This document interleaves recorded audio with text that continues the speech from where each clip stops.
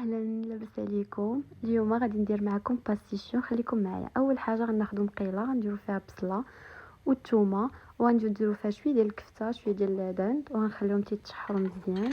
من بعد ما تشحروا ليا، المهم غادي ندخل داكشي في بعضياته وغادي نخلط مزيان. وغادي ندير شويه ديال الملحه، وغندير شويه ديال البزار وشويه ديال السكينجبير، وغادي نخلط مزيان داكشي كامل.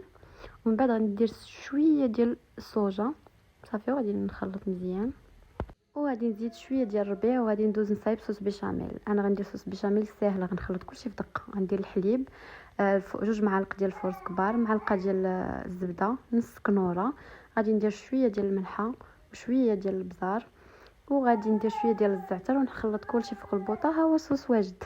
وخديت الطواجن ديالي، درت فيه صوص بيشاميل والفريت والدند والكفته والفرomاج، ودرت فيه لاصوص من الفوق عاوتاني. وغادي نبقى غادا بحال هكا.